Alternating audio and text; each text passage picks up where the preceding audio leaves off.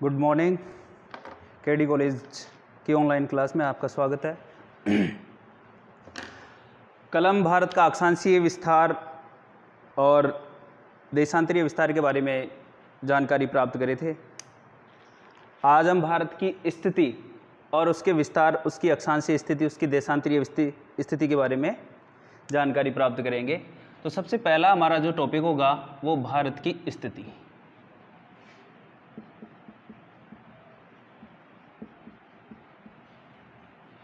यानी विश्व में भारत की क्या स्थिति है, और विश्व में भारत की स्थिति, विश्व का एक प्रतिरूप हम ग्लोब के आधार पर हम उसकी जानकारी प्राप्त करते हैं।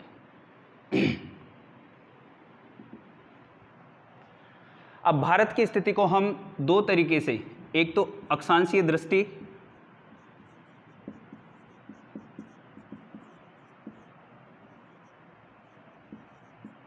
और एक देशांतरीय दृष्टि।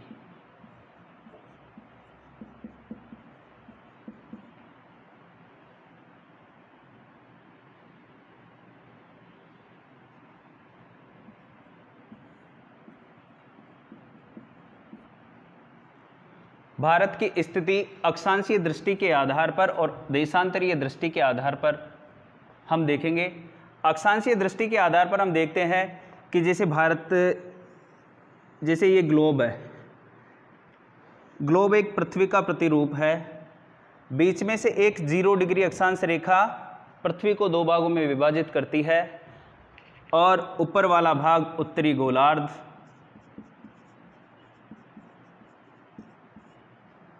और नीचे वाला दक्षिणी गोलार्ध कहलाता है।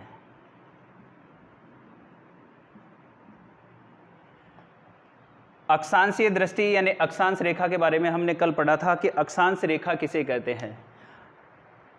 भूमध्य रेखा के समानांतर खींची गई रेखा जो उत्तर और दक्षिण की कोणात्मक दूरी को प्रदर्शित करती है या उत्तर और दक्षिण की कोणात्मक दूरी को बताती है, तो उसे अक्षांश रेखा कहते हैं। 0 डिग्री अक्षांश रेखा या भूमध्य रेखा, इसे भूमध्य रेखा के नाम से भी जानते हैं, और विषुवत रेखा भी इसका दूसरा नाम है। यह पृथ्वी को दो भागों में विभाजित करती है, उत्तरी गोलार्ध और दक्षिणी गोलार्ध। उत्तरी गोलार्ध यानी कि विषुवत रेखा या 0 डिग्री अक्षांश रेखा के उत्तर में जो भी समानांतर इसकी रेखाएं हैं वो सभी उत्तरी अक्षांश रेखाएं कहलाती है।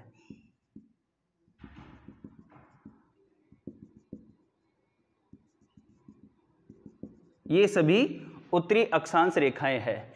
इन रेखाओं में से एक रेखा जो भारत को दो भागों में विभाजित करती है उसे हम कर्क रेखा के नाम से जानते हैं।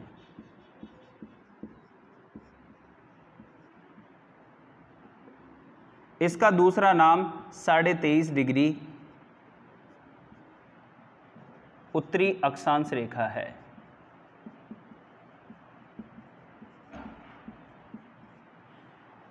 कर्क रेखा या 23.5 डिग्री उत्तरी अक्षांश रेखा जो भारत को दो भागों में विभाजित करती है।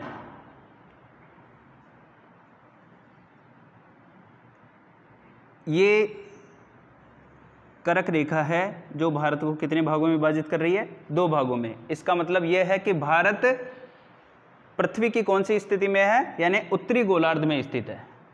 पृथ्वी के उत्तरी गोलार्ध में स्थित है। इसका मतलब ये हुआ कि 0 डिग्री अक्षांश रेखा भारत में होकर के नहीं गुजरती है, यानी विषुवत रेखा या भूमध्य रेखा भारत में से होकर के नहीं गुजरती है। भारत इसके जस्ट ऊपर जो 23.5 डिग्री कर्क रेखा जो भारत को दो भागों में विभाजित करती है, तो ये तो हो गई इसकी अक्षांशीय स्थिति। देशांतरीय जो दृष्टि से अगर अपन देखते हैं तो यहाँ पर जैसे ये ग्लोब है, अब 0 डिग्री अक्षांश रेखा पृथ्वी को दो भागों में विभाजित किया, उत्तरी गोलार्ध और दक्षिणी गोलार्ध। इसी प्रकार देशांतरीय दृष्टि, अब यहाँ पर देशांतर रेखा जो हमने कल पढ़ा कि देशांतर रेखा किसे कहते हैं, जो भूमध्य रेखा के लंबवत खींची गई रेखाएं जो पूर्व और पश्चिम की कोणात्मक दूरी को प्रदर्शित करती है या पूर्व और पश्चिम की कोणात्मक दूरी को बताती है, तो उसे हम देशांतर रेखा कहते हैं। 0 डिग्री देशांतर रेखा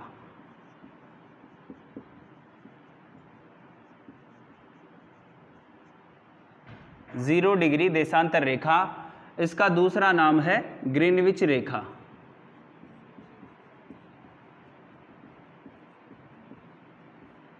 ग्रीनविच रेखा 0 डिग्री देशांतर रेखा जो पृथ्वी को दो भागों में विभाजित करती है, एक पूर्वी गोलार्ध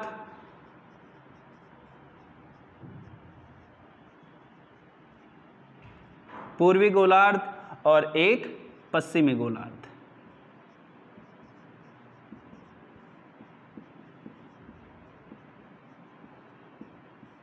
एक पूर्वी गोलार्ध और एक पश्चिमी गोलार्ध। यहां पर एक उत्तरी गोलार्ध था, एक दक्षिणी गोलार्ध था, यानी 0 डिग्री अक्षांश रेखा उत्तर और दक्षिण में विभाजित करती है और 0 डिग्री देशांतर रेखा पूर्व और पश्चिम में विभाजित करती है, यानी कि एक पूर्वी गोलार्ध और एक पश्चिमी गोलार्ध।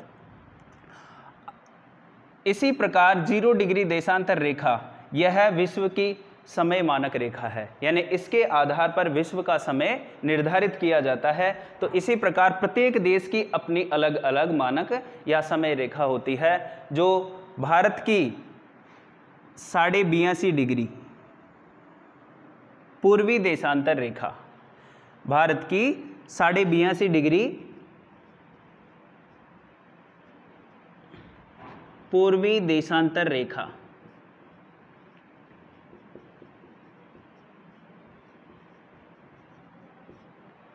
जो भारत के इलाहाबाद से होकर के, यानी कि उत्तर प्रदेश का इलाहाबाद है, वहां से होकर के गुजरती है, यह भारत की समय निर्धारित या मानक रेखा है। इसे भारत की मानक रेखा के नाम से जानते हैं। परीक्षा में प्रश्न आता है कि भारत की मानक रेखा कौन सी है, तो वहां पर आंसर होगा 82.5 डिग्री पूर्वी देशांतर रेखा, न कि पश्चिमी देशांतर रेखा, पूर्वी देशांतर रेखा।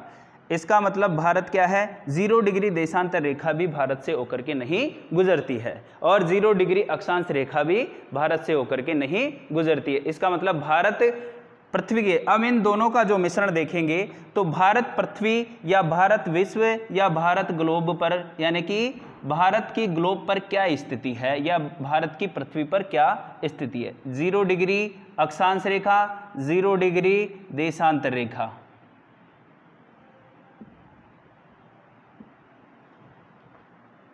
इसका मतलब यहां भारत स्थित है और यहां पर, यानी कि ये पूर्वी देशांतर।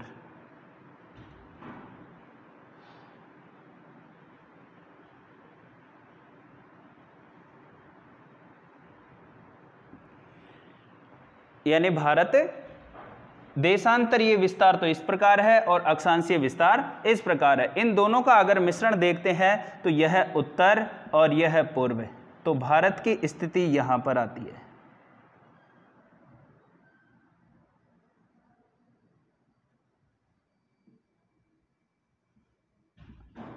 उत्तर और पूर्व, यानी कि भारत पृथ्वी की कौन सी स्थिति में स्थित है, उत्तर पूर्व स्थिति में। जैसे ये ग्लोब है तो ग्लोब पर भी यही स्थिति आएगी।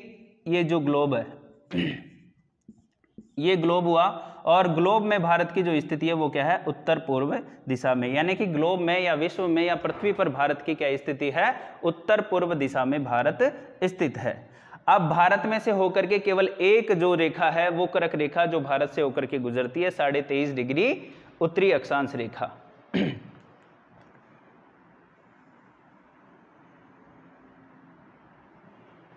ये 82.5 डिग्री जो भारत की समय मानक रेखा है, यह 82.5 डिग्री है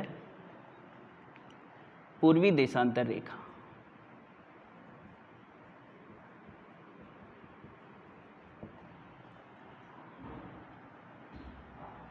भारत उत्तर पूर्व दिशा में स्थित है। पृथ्वी की कौन सी दिशा में स्थित है, भारत उत्तर पूर्व दिशा में स्थित है। तो इस तरीके से हम ये भारत की स्थिति के बारे में हम ये पहचान करे हैं कि भारत पृथ्वी की कौन सी स्थिति में स्थित है, ग्लोब पर कौन सी दिशा में स्थित है, उत्तर पूर्व दिशा में स्थित है। न तो भारत उत्तरी गोलार्ध, न तो भारत पश्चिमी गोलार्ध में स्थित है और न दक्षिणी गोलार्ध में स्थित है। भारत केवल उत्तरी गोलार्ध और पूर्वी गोलार्ध, यानी कि 0 डिग्री देशांतर रेखा जो पूर्वी गोलार्ध और पश्चिमी गोलार्ध में विभाजित करती है, तो भारत पूर्वी गोलार्ध में है और इधर से भारत उत्तरी गोलार्ध में स्थित है।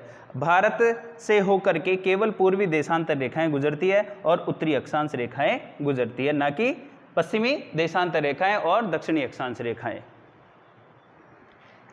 ये तो थी भारत की स्थिति, यानी कि भारत पृथ्वी की कौन सी दिशा में स्थित है।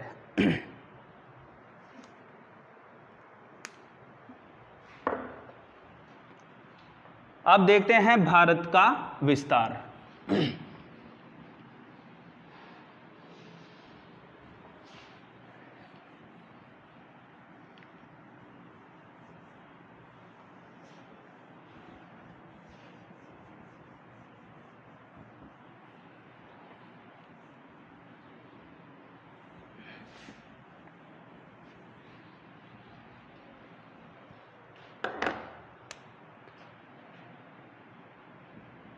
भारत का विस्तार।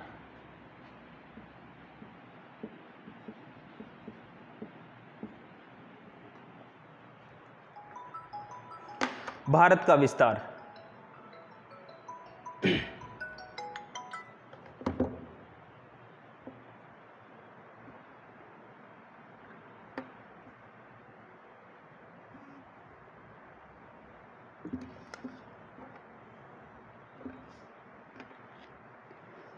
भारत के विस्तार को हम 3 प्रकार से देखेंगे।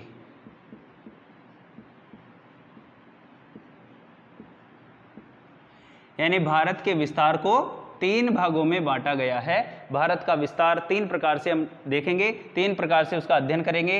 एक पहला होता है अक्षांशीय विस्तार,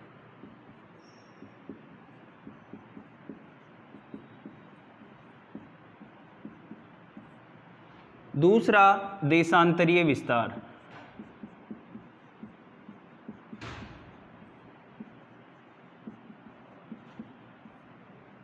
और तीसरा है सीमा विस्तार।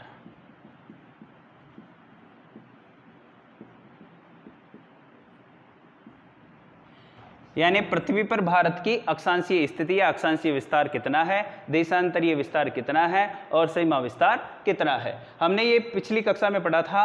अक्षांशीय विस्तार यानी अक्षांश रेखा हमें क्या बताती है, यानी किस चीज़ का ज्ञान हमें अक्षांश रेखाओं के द्वारा होता है और किस चीज़ का ज्ञान हमें देशांतर रेखाओं के द्वारा होता है। अक्षांश रेखाओं के द्वारा हमें दूरी ज्ञात की जाती है, यानी कि एक दूसरे स्थान पर दूरी जो होती है वो अक्षांश रेखाओं के द्वारा ज्ञात की जाती है, और जो समय का ज्ञान किया जाता है वो देशांतर रेखाओं के द्वारा किया जाता है।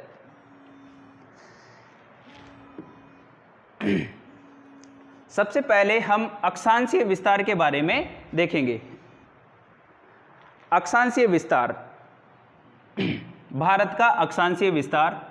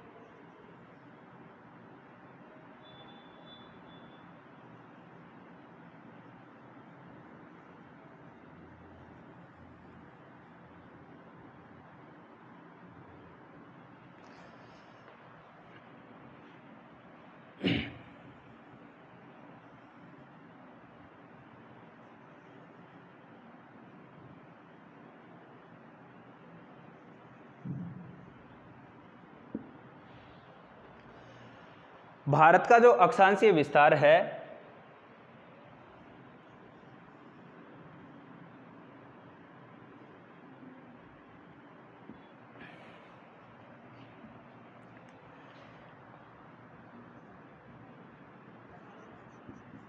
भारत का अक्षांशीय विस्तार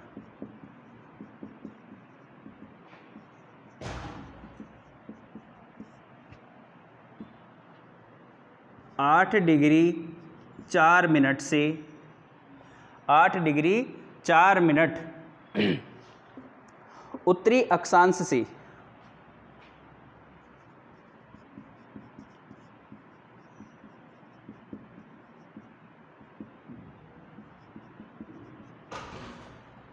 सैंतीस डिग्री 6 मिनट उत्तरी अक्षांश।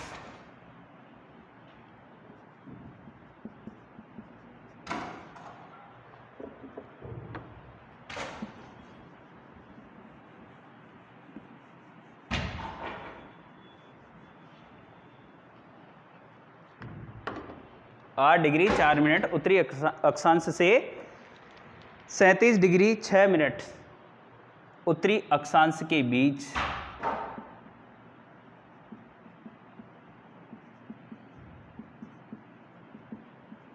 स्थित है।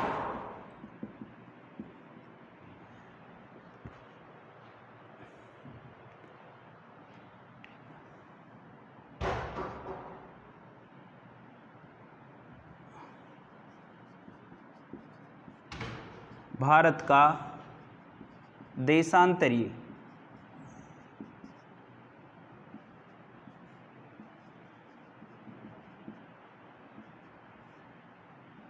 का देशांतरीय विस्तार 68 डिग्री 7 मिनट पूर्वी देशांतर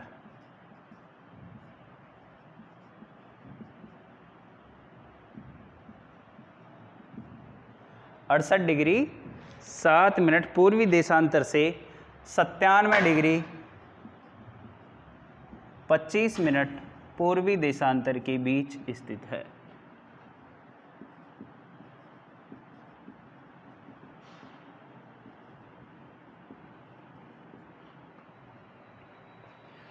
यानी भारत का अक्षांशीय विस्तार 8 डिग्री 4 मिनट उत्तरी अक्षांश से लेकर के 37 डिग्री 6 मिनट उत्तरी अक्षांश के बीच स्थित है, जबकि भारत का देशांतरीय विस्तार 68 डिग्री 7 मिनट पूर्वी देशांतर से 97 डिग्री 25 मिनट पूर्वी देशांतर के बीच स्थित है।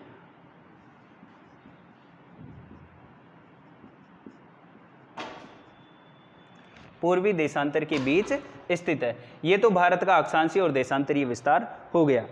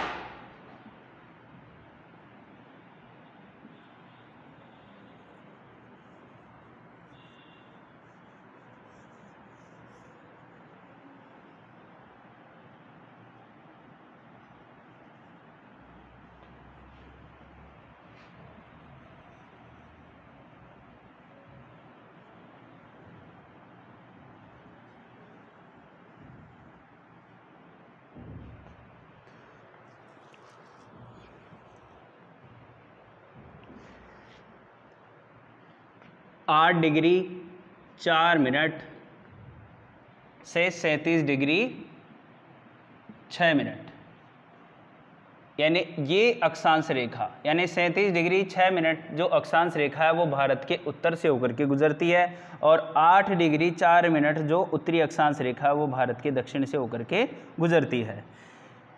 देशांतरीय विस्तार 68 डिग्री 7 मिनट पूर्वी देशांतर से 97 डिग्री 25 मिनट पूर्वी देशांतर के बीच भारत का देशांतरीय विस्तार है। यानी कि ये जो देशांतर रेखा है ये भारत से होकर के गुजरती है, भारत के पूर्व दिशा से होकर के, और ये जो 68 डिग्री और 7 मिनट पूर्वी देशांतर रेखा है तो ये भारत के पश्चिम दिशा से होकर के गुजरती है। इस तरीके से हम 37 डिग्री 6 मिनट पूर्वी देशांतर से 97 डिग्री 37 डिग्री 8 डिग्री 4 मिनट उत्तरी अक्षांश रेखा से 37 डिग्री 6 मिनट उत्तरी अक्षांश रेखा के बीच स्थित है, और 68 डिग्री देशांतर रेखा से 97 डिग्री 25 मिनट पूर्वी देशांतर रेखा के बीच भारत की देशांतरीय विस्तार स्थित है। भारत का जो उत्तरतम बिंदु है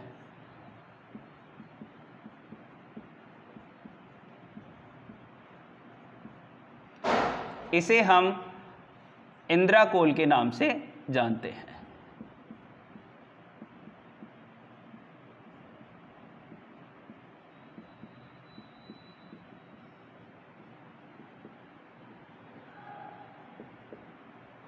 इंद्राकोल के नाम से जानते हैं। भारत का जो दक्षिणतम बिंदु है ये हमारे अंडमान निकोबार द्वीप समूह है।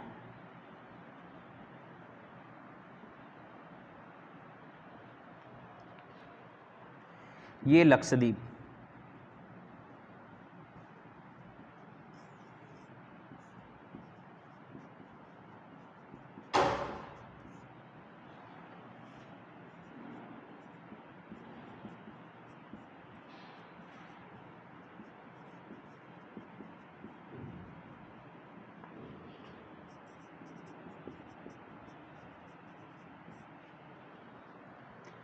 भारत का उत्तरतम बिंदु इंदिरा कोल के नाम से जाना जाता है और भारत का जो दक्षिणतम बिंदु है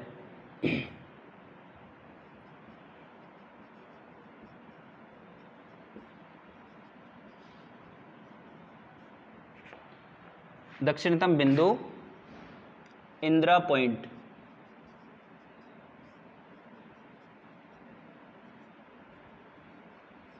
इंदिरा पॉइंट के नाम से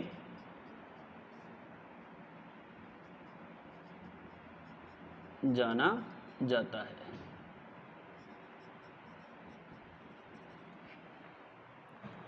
भारत का दक्षिणतम बिंदु ग्रेट निकोबार में स्थित है। भारत का उत्तरतम बिंदु जम्मू कश्मीर में स्थित है। यह कहाँ है? जम्मू कश्मीर।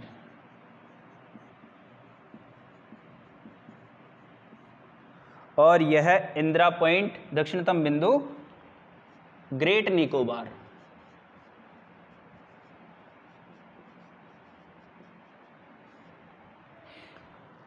मुख्य भूमि का दक्षिणतम बिंदु, ये क्या है? भारत की मुख्य भूमि है और इसका जो दक्षिणतम बिंदु है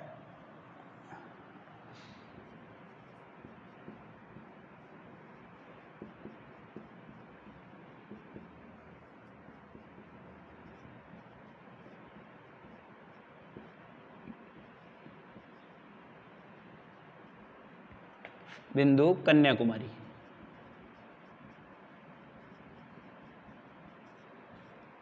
जो कहाँ स्थित है? तमिलनाडु में।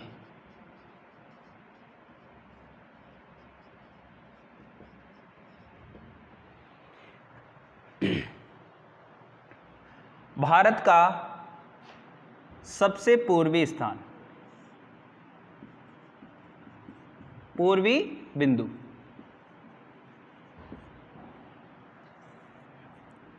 किबुथु, जो कहाँ स्थित है? अरुणाचल प्रदेश।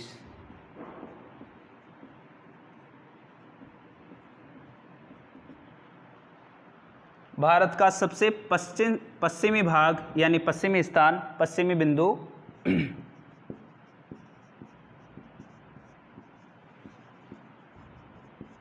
गौर माता, जो गुजरात में स्थित है।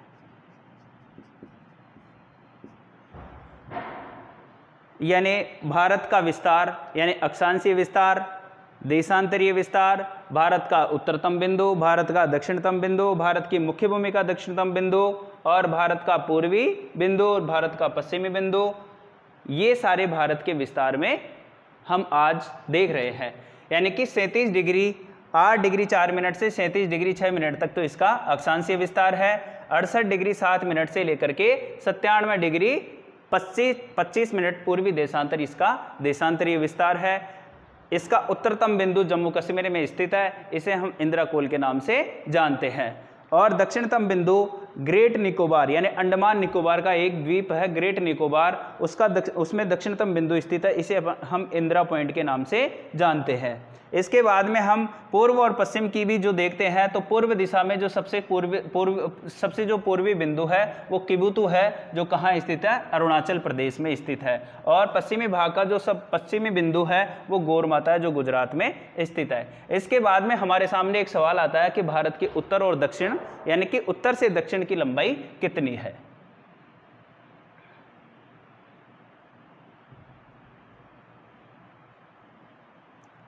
भारत की उत्तर और दक्षिण,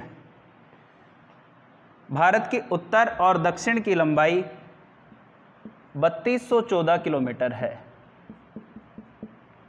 यानी कि यहां उत्तरतम यानी कि इंदिरा कोल से लेकर के यहाँ पर कन्याकुमारी तमिलनाडु के बीच में भारत की जो लंबाई है, वो 32 यानी 3214 किलोमीटर है, 3214 किलोमीटर है। इसके बाद में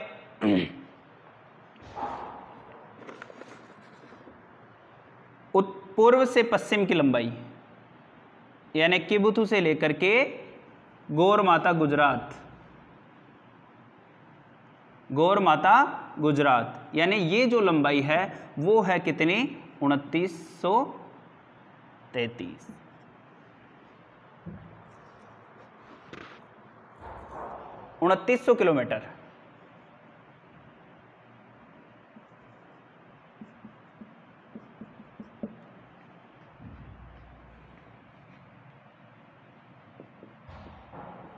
भारत की उत्तर से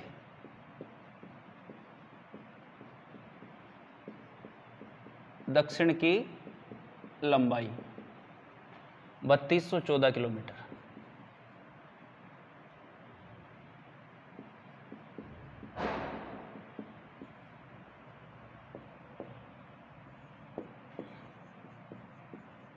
भारत की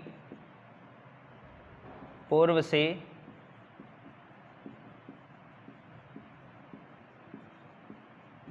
पश्चिम की लंबाई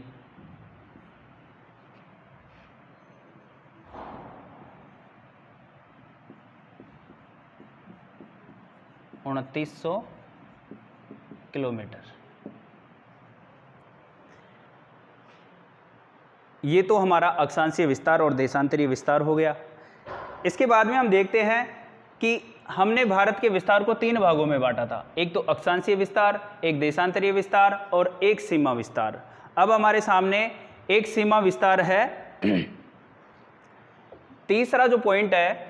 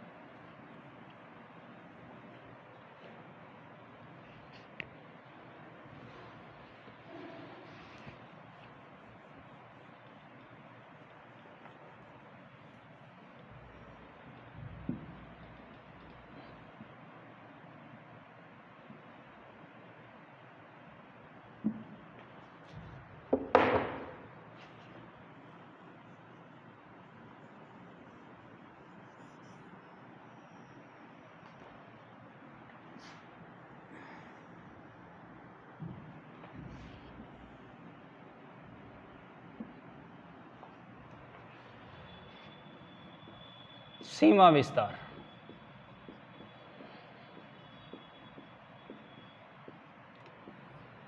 भारत की सीमा को 2 भागों में विभाजित किया गया है, यानी कि भारत की जो सीमा है, भारतीय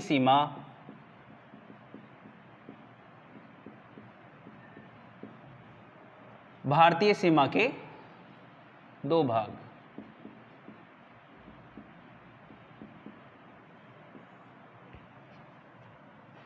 एक है स्थलीय सीमा,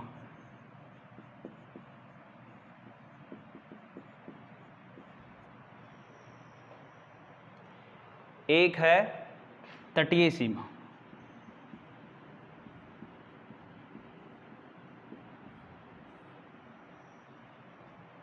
एक स्थलीय सीमा और दूसरी तटीय सीमा।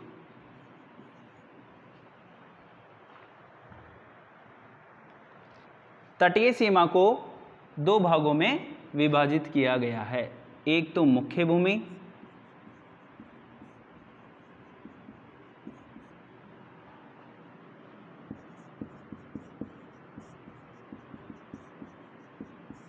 और एक द्वीपीय भूमि।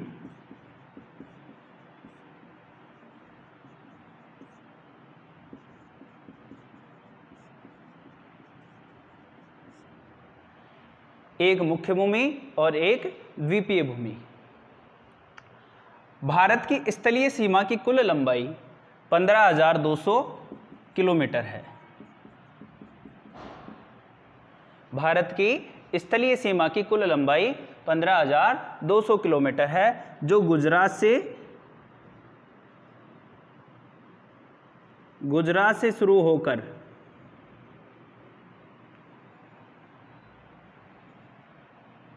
ये स्थलीय सीमा है भारत की।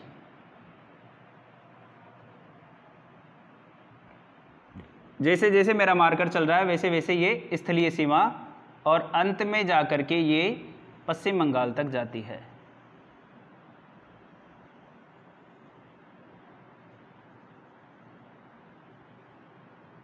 पश्चिम बंगाल यानी गुजरात से शुरू होकर के पश्चिम बंगाल, यानी कि ये भारत की कुल स्थलीय सीमा है। इसकी कुल लंबाई कितनी है? 15,200 किलोमीटर। इसके बाद में जो तटीय सीमा है, इस तटीय सीमा की कुल लंबाई 7,516.6 किलोमीटर है। 7,516.6 किलोमीटर है। इस तटीय सीमा को हमने दो भागों में विभाजित किया, एक मुख्य भूमि और एक द्वीपीय भूमि। यानी कि ये जो तटीय सीमा है इसकी कुल लंबाई है 6100 किलोमीटर, और द्वीपीय भूमि की जो तटीय सीमा है इसकी कुल लंबाई है 6100 किलोमीटर। 7,516 में से 6100 गए तो 1416.6 किलोमीटर ये हमारी द्वीपीय सीमा है। द्वीपीय सीमा यानी कि अंडमान निकोबार द्वीप समूह और लक्षद्वीप जो हमारे द्वीप समूह है, ये जो द्वीपीय सीमा है, इन दोनों की जो द्वीपीय सीमा है ये कितनी है हमारी? 1416.6 किलोमीटर। और इसके बाद में जो मुख्य भूमि की जो तटीय सीमा है उसकी लंबाई कितनी है हमारी? 6100 किलोमीटर।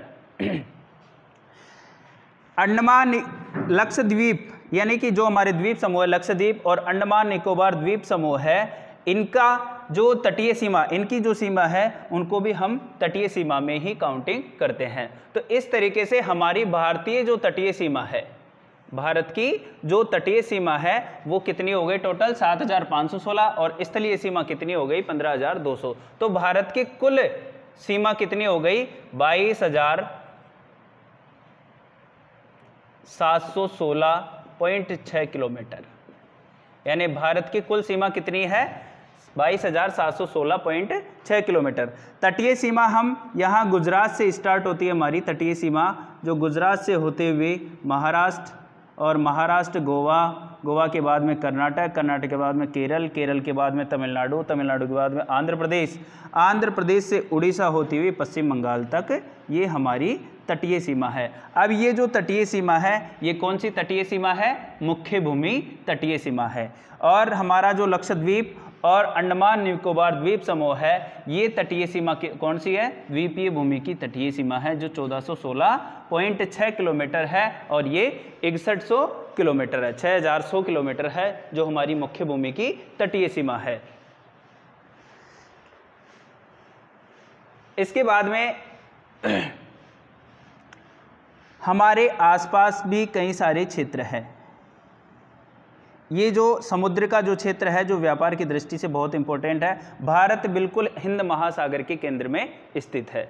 हिंद महासागर के केंद्र में स्थित होने की वजह से भारत को एक उपमहाद्वीप, यानी कि इसका जो स्थलीय भाग है, इसका जो तटीय भाग है, वो ऐसी स्थिति में स्थित है कि इसे सांस्कृतिक दृष्टि से देखें या व्यापार की दृष्टि से देखें तो ये बहुत इंपॉर्टेंट है। इस वजह से इसको एक उपमहाद्वीप की संज्ञा दी गई है।